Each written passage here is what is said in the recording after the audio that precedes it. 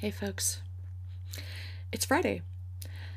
Today is 9/11, and when I was thinking about what I would talk about, I hadn't even remembered that that's what today's date was. And I'm starting these things, and I decided that I don't really want to have a specific format that I have to follow. I don't want to give myself the pressure of having to have a particular theme every time. Um, but yeah, I just wanted to kind of put this out there and see if folks respond to it, see how y'all are doing, and kind of hold myself publicly accountable for moving through this journey towards wellness. And I'm specifically saying towards wellness because I realize I actually have no idea if I'm going to come out better on the other end of it. I hope so, and I assume so. Um, but it's a crazy world we're living in. I mean, and it's been crazy for a long time. That's really the thing that, for me, this whole pandemic really exposed how we are all already so fragile. Um, so this is, kind of my regrouping. I sort of feel like we're in a situation where there really is a kind of ideological battle going on in our country, and so I'm trying to steel myself for that as if I were a warrior going into battle. I have to be strong to do that. So this is how I'm doing that. Um, but yeah, there's a lot of things I could talk about. And of course, as I was also thinking about how to begin this, those who know me know that I have a very long standing love affair with Brazil. Um, and, I've loved the country long enough that the honeymoon's over and I still love the country, even with all of the problems that it has. I'm very concerned for Brazil right now. Both the United States and Brazil are both in terrible, terrible, terrible political situations. I used to always joke and say, when things get really scary here in the US, I could always go to Brazil, but that's not really the best option anymore. Um, Bolsonaro is just as bad, if not worse, than Trump. He has publicly said that the problem with the military dictatorship that they had was that they didn't kill enough people. So we have two world leaders who are acting as fascist demagogues leading another wave of genocide. I mean, I think it's really plain and clear if you're paying attention at all. And if you're not paying attention, you need to well, you can live your life however you want to, but if you're watching stop Fox News, stop watching Fox News. And if you're getting your news from Facebook or from social media, unless it's a trusted source that just stop it. Just stop getting your news from those sources. It has already been proven by a bipartisan committee in the Senate that there was Russian interference in our 2016 election. Uh, all signs are pointing to the fact that it's still happening. And a lot of what they are doing is they are being very manipulative on social media. In fact, when Mike was looking for a job about a month ago, there was actually a posting that was calling for social media experts or something like that to create profiles on social media. Now, I don't know why anybody would need to create profiles unless they were doing something rather suspicious. Um, at least on a mass scale, to be hired to do it. It seemed pretty clear though that it's already happening. So we have to really be careful, and we have to really, I have the New York Times and the Arizona Republic, which I feel like is a leftist and a rightist view that I get in my email inbox every day. And sure enough, Arizona Republic's message to me this morning is that our governor here uh, is somehow trying to say that no, no, no, no, no. There was never any downplaying of the virus. as if he has to continue to be the lapdog of the current illegitimate occupant of the White House. I really don't like saying his name, so I don't want to say it. It's not helping. Do she just go away? Just be quiet and let the grown-ups take care of things. Um, so yeah, there is so much that could be talked about. But because I do have this very strong kind of fondness and love and care for Brazil as a country, for the people, for the history, for the culture, I thought maybe I would take a slightly Brazilian slant on today's little podcast. So a couple of years ago, I guess actually it was March of 2018, in my journal here, the poem that I wrote is dated 3/24/18 Chicago. And one of the things that I love to do when I travel, usually for conferences, this was for a residency, I like to get there or stay a day early, or if I have the time and money, sometimes I'll go and I'll spend a week in the city before a conference begins. I really like to kind of just arrive, situate myself, walk around the city alone, get to know the place, get to know, the food, the people, the culture. And of course, this year I wasn't able to do that at all. So all of my favorite treasured travel experiences got canceled. That was rough. I mean, there's all sorts of reasons why this summer was rough. I don't think I need to tell most of you. I suspect that there are lots and lots and lots of people out there that are struggling with anxiety and depression right now. And again, that's one of the other reasons why I wanted to kind of share my journey publicly, is because I've been kind of noticing, just in things I've been reading, people have been sending me articles that are saying, yeah, we're all experiencing loss, we're all experiencing grief, so we need to try to figure out how to help each other out.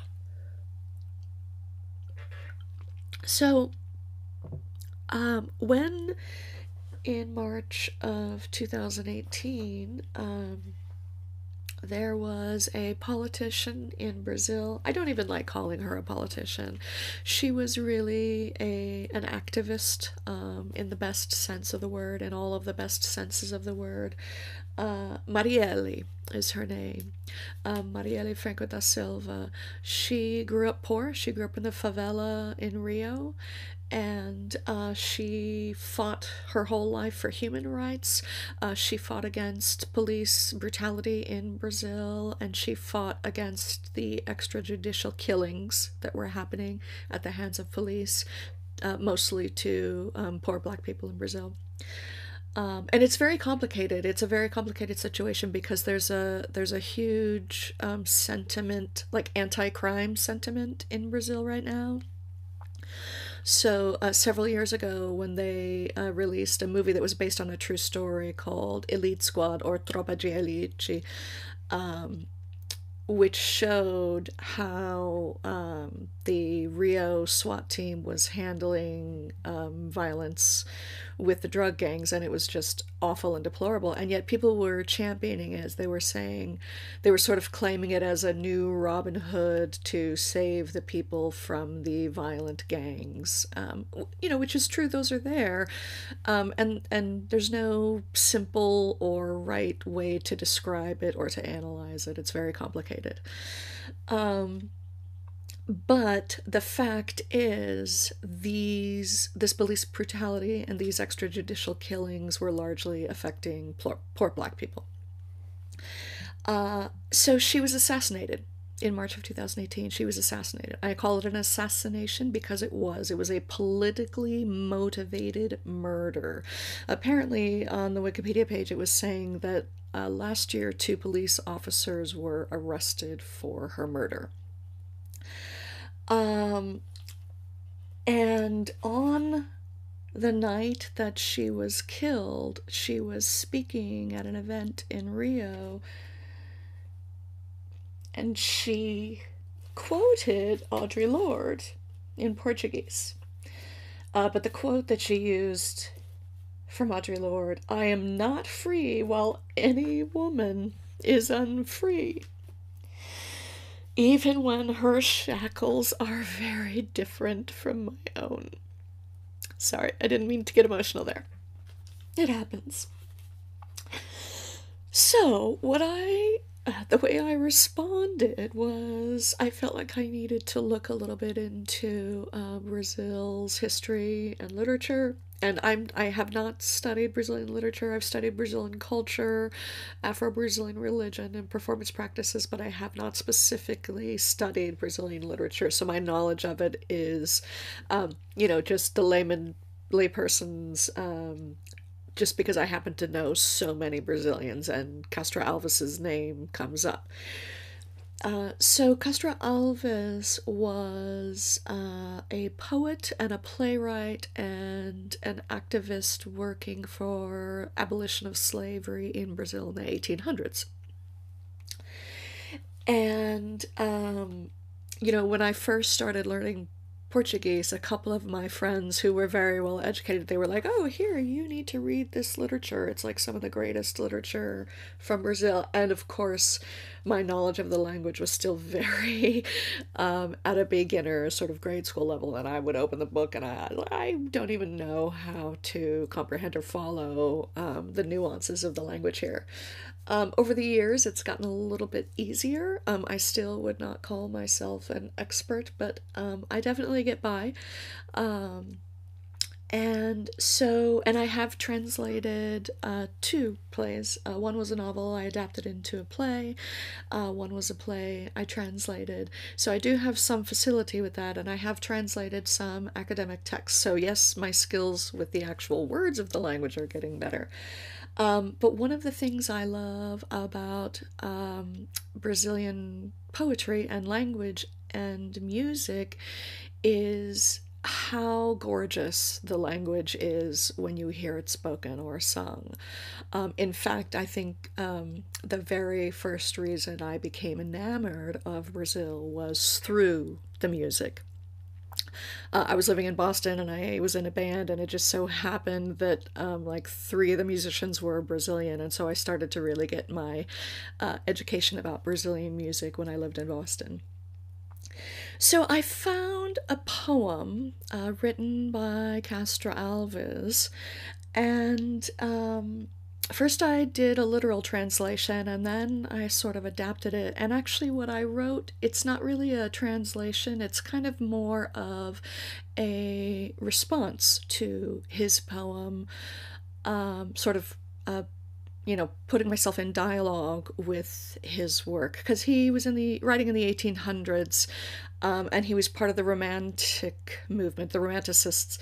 And so sometimes, the Romanticist ideals don't really hold water over time. And so I wanted to not just translate it, but also do something new. And so in my mind, I was sort of comparing Castro Alves and Marielle as these two figures, one from the 1800s when slavery was still in existence. Well, if you think slavery it is not in existence, please watch the documentary 13th by Ava DuVernay, and then we can have a conversation. Slavery still exists, it just exists in different forms. We call it the prison industrial complex. We also have children in cages at the border. So for us to say that we are not a fascist with concentration camps, I would say is not really true. We're there. We're already there. So I was looking at these two figures as these really important figures, Castro Alves in terms of life in Bahia and abolition, and Marielle as this vereadora, the city councilwoman in Rio de Janeiro, who she was just beginning to have a really strong effect, and she does apparently have a legacy. A friend of mine posted an article about how other women are coming forward with her as an inspiration and kind of taking the mantle that she started. So I started playing around with putting these words to music, and I kept bringing in this poem to Mike with Rhythm and the Flavor, and we kept never having the music never felt right to accompany these particular words, and so I did not include it in our album that we just released, but I was like, at some point I need to do something with that. So I've also been playing around with the software program Logic, which is where we do most of our songwriting and music writing. And just, they make it so easy now. The software has so many ways to tap into instrumentation and loops and beats that are already sort of pre-set for you, and all you have to do is kind of put them where you want them. So I decided to play with that. And so I'm going to share with you, I guess I'll call it a song. It's a track, it's beats, it's a bit of a jam. And really just the working title is Marielle y Castro Alves. It's dedicated to them. I also need to give a dedication shout out to two people who had birthdays yesterday and today, who have been my conference travel buddies, my conference roommates in Brazil. And so I know they both have an awareness and appreciation of Brazilian history and culture. So yesterday was John Michael Rossi's birthday. Happy belated birthday to you. And today is my friend Angela Giron's birthday. And I know this is a heavy day for a lot of people. Anybody that was in New York when the Twin Towers fell, I'm sure probably still has trauma associated with those memories. But Angela used to always say to me that her birthday was always bittersweet because apparently, and I don't remember the year, forgive me, Angela, for not remembering, but if I'm not mistaken, September 11th was also the day that Pinochet took over in Chile. So, and I don't remember what year that happened, but so the 11th of September has already been a bit of a bittersweet day for her. So here it is today, her birthday again. We are how many years after 9/11 in the United States? And now we're in COVID, and the situation is certainly not better, and I would say categorically worse in about as many different areas as you can imagine. So we have a lot of work to do, folks, and I'm trying to gird myself for whatever we can do. So I'm going to play this song for you. I hope you enjoy it, and I hope you have a good Friday evening and a good weekend.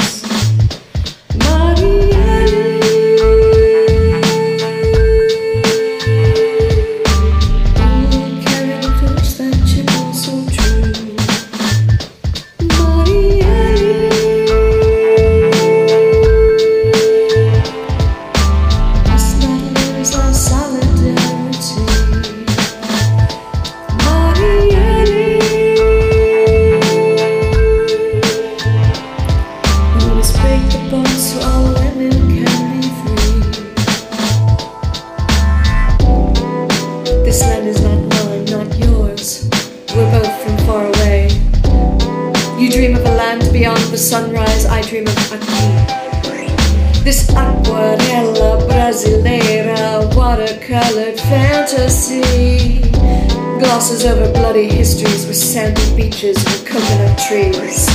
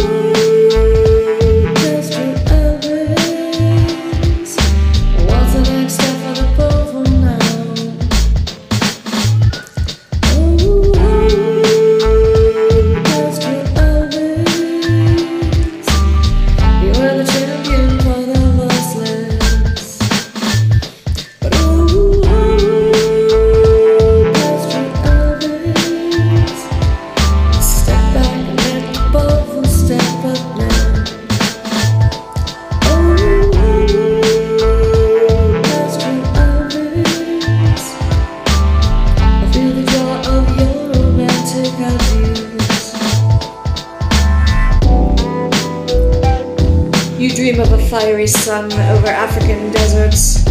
Your Condor romantic poet sings of suns on fire. I won't lie, there's nothing more beautiful than a desert sunset. But we don't know what's lurking behind the morning star.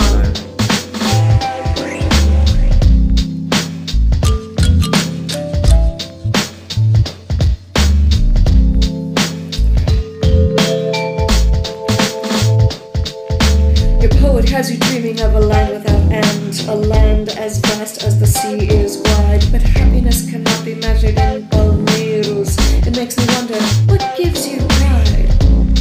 He says over there that everyone is happy, but where are the tejeros full of dancing prayers? He says people aren't for sale on the African continent, but depending on the price, we can be sold anywhere.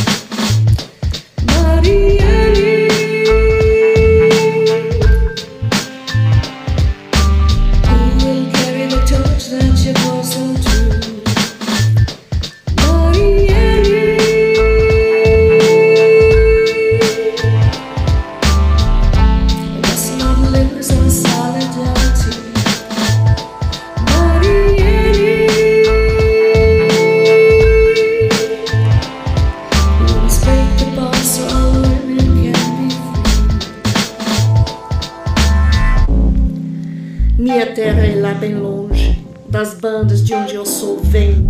Esta terra é mais bonita, mas a outra eu quero bem. O sol faz lá tudo em fogo, faz em brasa toda a areia. Ninguém sabe como é belo ver de tarde a papaceia. Aquelas terras tão grandes, tão compridas como o mar, com suas poucas palmeiras, dão vontade de pensar. Lá todos vivem felizes, todos dançam no terreiro. A gente lá não se vende, como aqui, só por dinheiro. So that was the tune. I hope you enjoyed it. You may have noticed, if you listen carefully, that Aslan, our podcat, had a little cameo in the middle of the song. It seems we can never get him to speak when we want to record him, but he's always interrupting things. And then I also decided that it was a good idea to put in that excerpt from the poem by Castro Alves, O Canção do Africano, in Portuguese, for your enjoyment, because the language really is so gorgeous. That's it for today. Have a good weekend.